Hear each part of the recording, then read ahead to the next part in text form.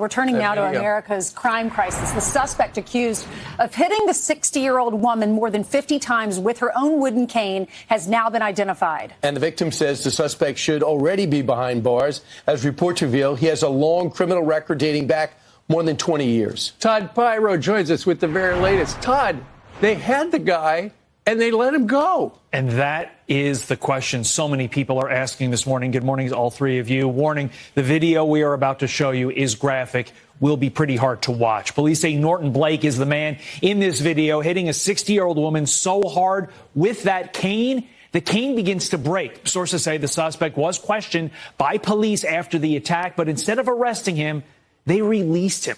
The officer's response is reportedly under investigation as law enforcement sources reveal that Blake is a career criminal. They say he has at least 9 priors for crimes like assault, resisting arrest, and trespassing.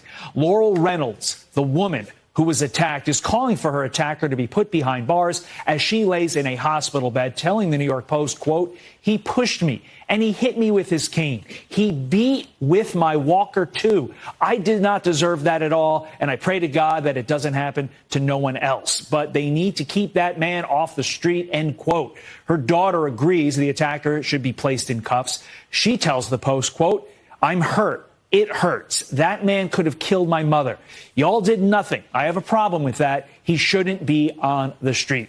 The NYPD says they are confident Blake will be arrested soon and charged with assault for that brutal attack, but he does remain on the loose this morning. So, Todd, here's the crazy thing.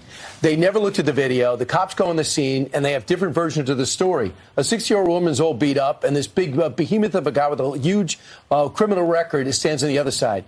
And the woman says, if you want to press charges, I got to arrest you both. I got to arrest this battered and bruised woman who's going to the hospital at the same time this other guy. Clearly, she's not the aggressor. Why would they have to erase her? I don't know. It does belie. That story doesn't make any sense. It does belie logic because, to your point, Brian, again, you don't want to stereotype people, but if you see a big hulking brute of a man and a tiny little somewhat elderly woman beaten up, you know, you can make an assumption that she probably wasn't the aggressor in the case. Yeah, well, they can watch the video. This was a transit worker that was recording it, and the lady says she was upset because someone's recording this and not jumping in and not helping. Right. But after what happened on the subway with, what was his name? Daniel Penny.